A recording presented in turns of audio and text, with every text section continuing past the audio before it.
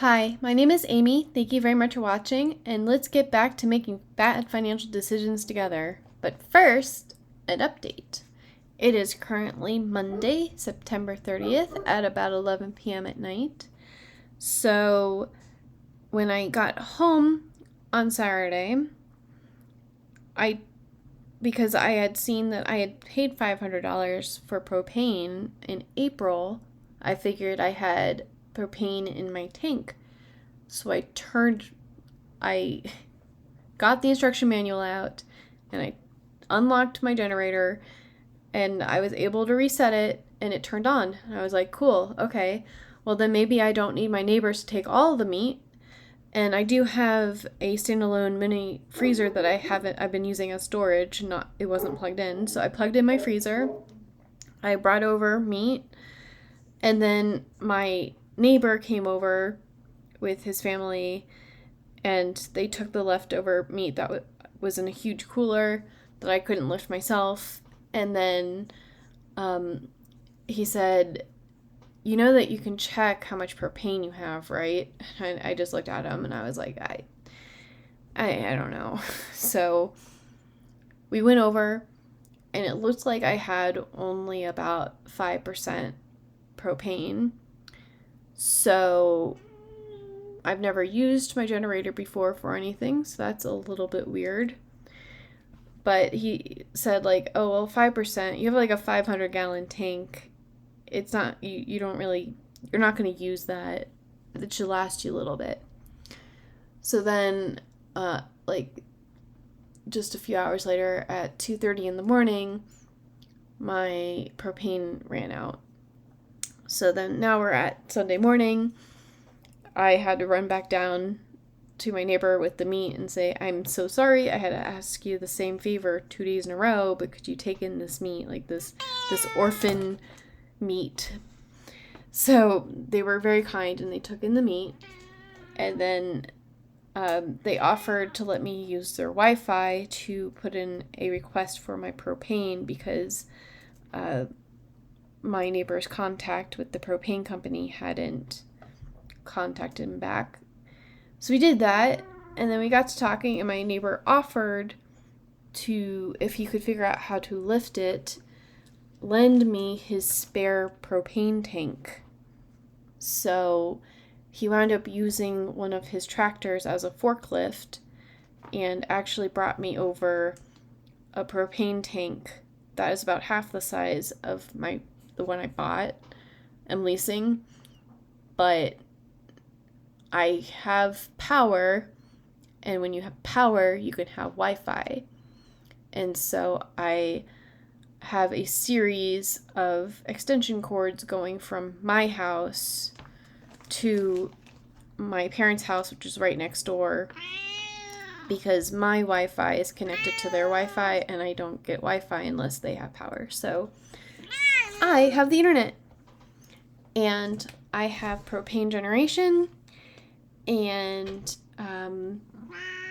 I don't need running water apparently or cell service. I can make calls through Wi-Fi, and there is an artesian well at the bottom of my property that I can get fresh water whenever I need to. So it's not the most convenient, but we will make it work until I get power again. But that also means I have a final update for my condo, which is the buyers backed out, that we avoided the contract. So we're focusing on renting out my condo for now, which I do not wish those buyers well. I hope that they step on a Lego. I don't care what the real reasons are. I know there are real reasons, but I am really peeved that we even have eager deposits. Like, why are you doing that? And then they just fickly decide not to get financing and they get their money back. Like, it was a whole stupid thing where I just deleted the last video that I made on Saturday that has the whole update, but basically, the buyer, because they were going with a conventional loan, and I didn't know that when they said it's warrantable, they just meant through FHA. So, but the difference is, the only real difference is you have to have mortgage insurance if you go through FHA. So my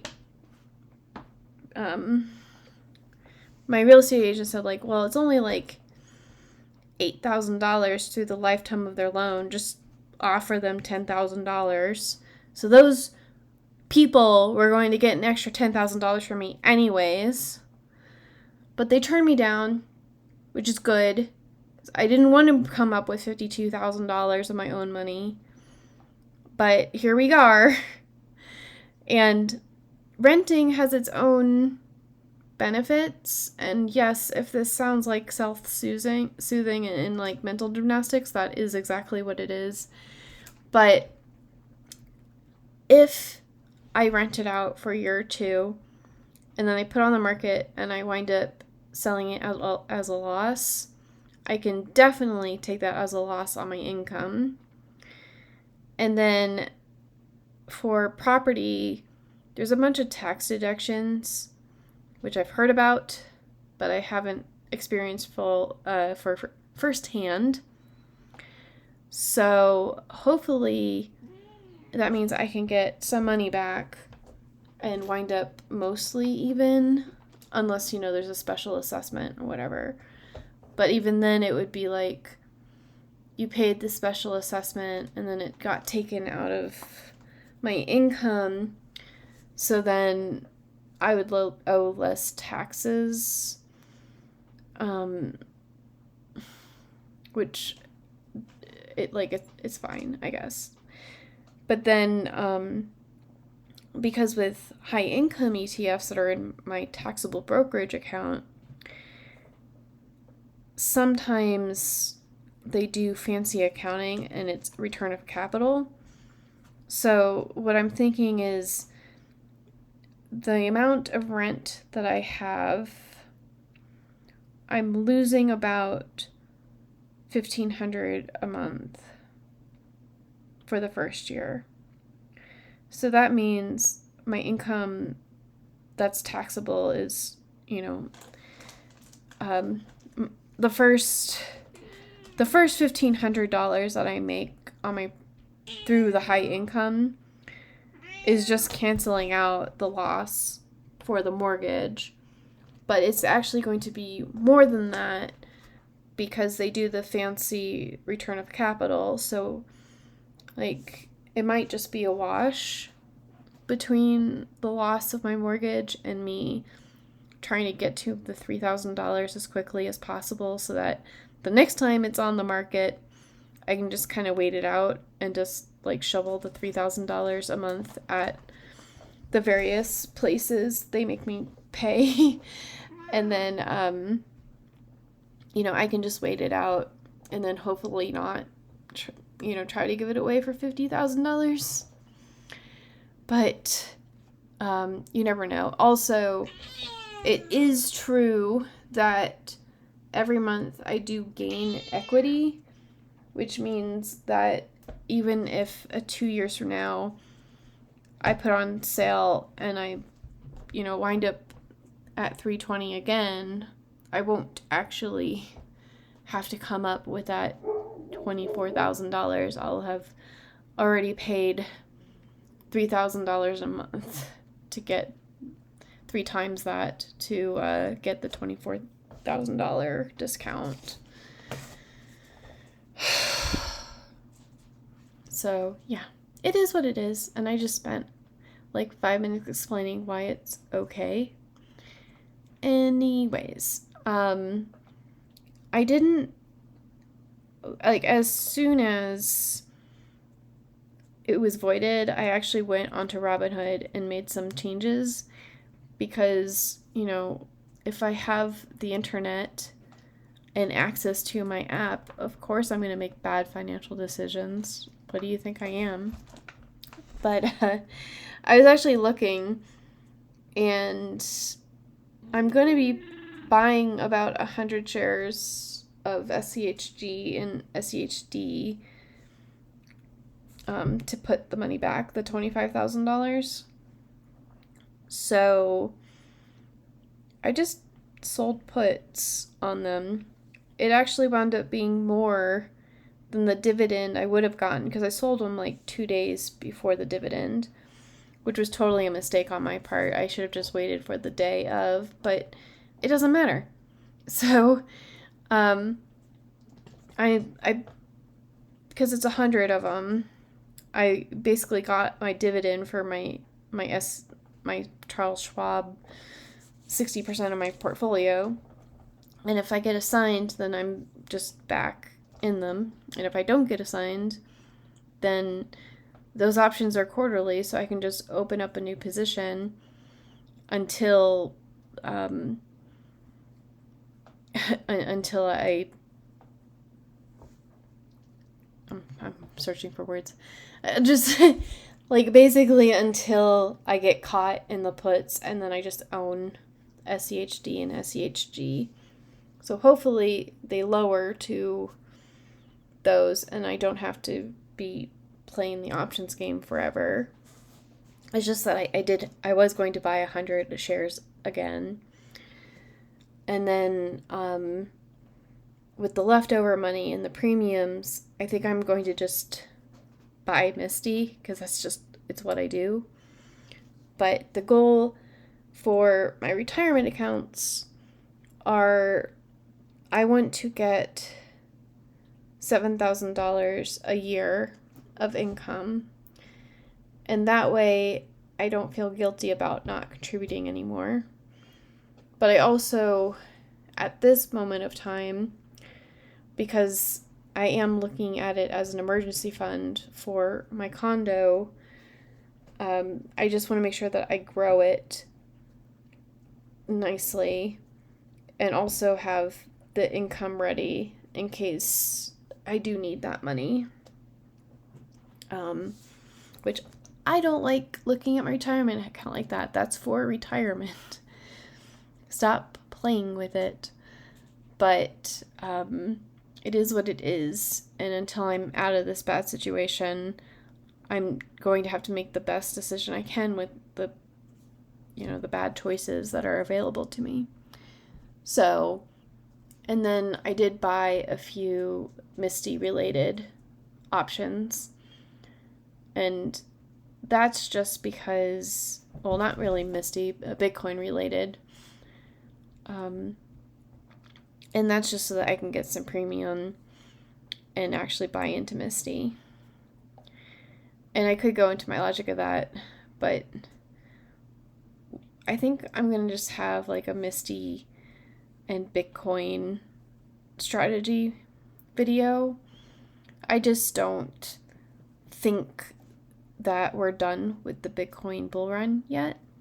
So may as well, if I have margin, I think my philosophy is becoming, if you have margin mainly as collateral, then I don't get the interest.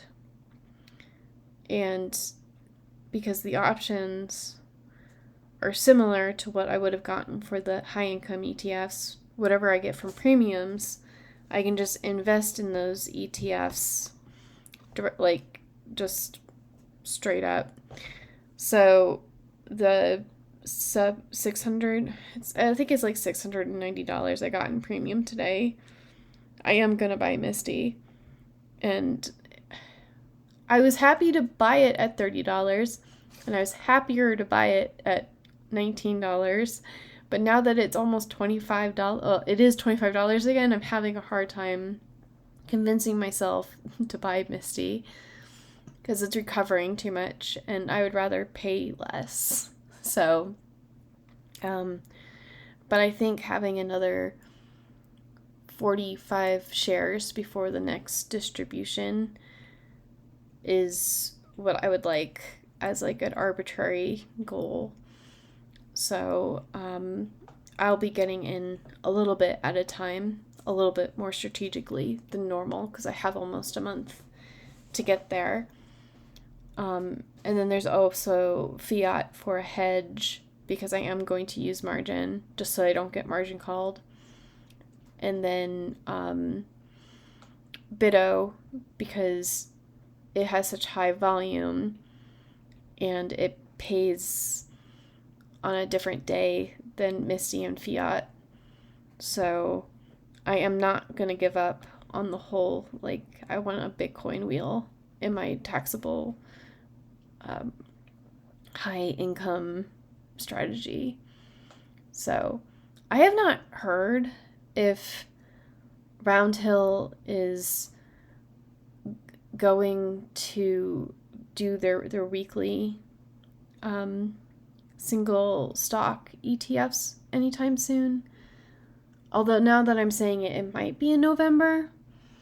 But I am 100% looking forward to those.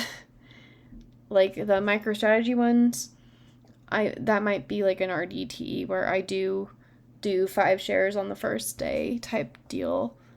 But I am also going to look forward to RDTE having an only 25% margin maintenance. So hopefully, I also got the check for the 401k loan today, and that was going to help me with the money I needed to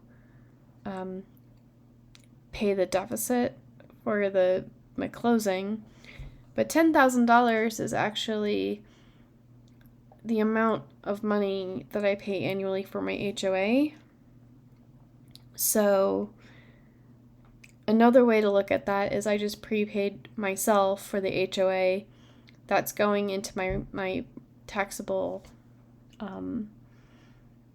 brokerage account. We're going to make it high income, basically Misty. It has 100% dividend, so hopefully I'll be able to double my HOA payment in 10 months or 15 months or 24 months. Anything be less than 7 years, being able to double it. And that way, at least it's like I'm generating income while also having to pay for my HOA. But an extra $10,000 will really help me on my goal of $3,000 a month. So, anyways, this was rambly, and yeah, I was like, this is almost 20 minutes long. So, thank you for sticking with me if you have, and hopefully I can give you less personal updates and just keep going with financial stuff in the near future.